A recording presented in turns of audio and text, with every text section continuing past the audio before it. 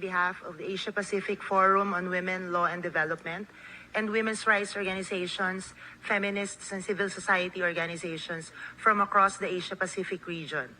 Earlier in February, women's rights organizations and feminist groups from the Asia-Pacific region came together to reflect upon digital transformation and its impact on women and girls. Today, I would like to prioritize two issues that need your particular attention.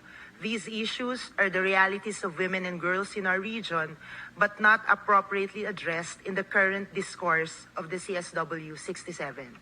First, we note with grave concern that there is a rise of oppressive cyber criminalisation regulations and laws that intrinsically encroach on civil liberties, including freedoms of expression and opinion, both online and offline.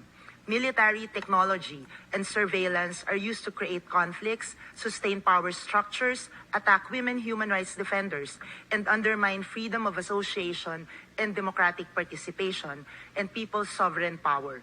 Oppressive regulations are also being introduced in some countries to police and repress the sexual expression of women and queer people, violating their right to bodily autonomy and agency.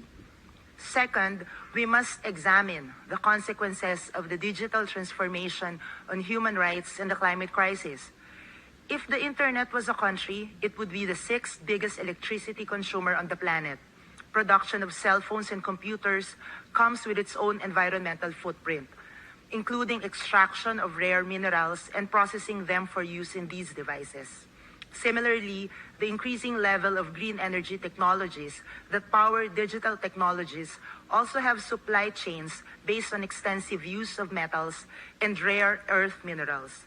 The environmental footprint of the infrastructure for digital transformation has contributed to climate disasters and poses even more serious threats to our planet and future generations, yet policy conversations on these issues remain missing in politics.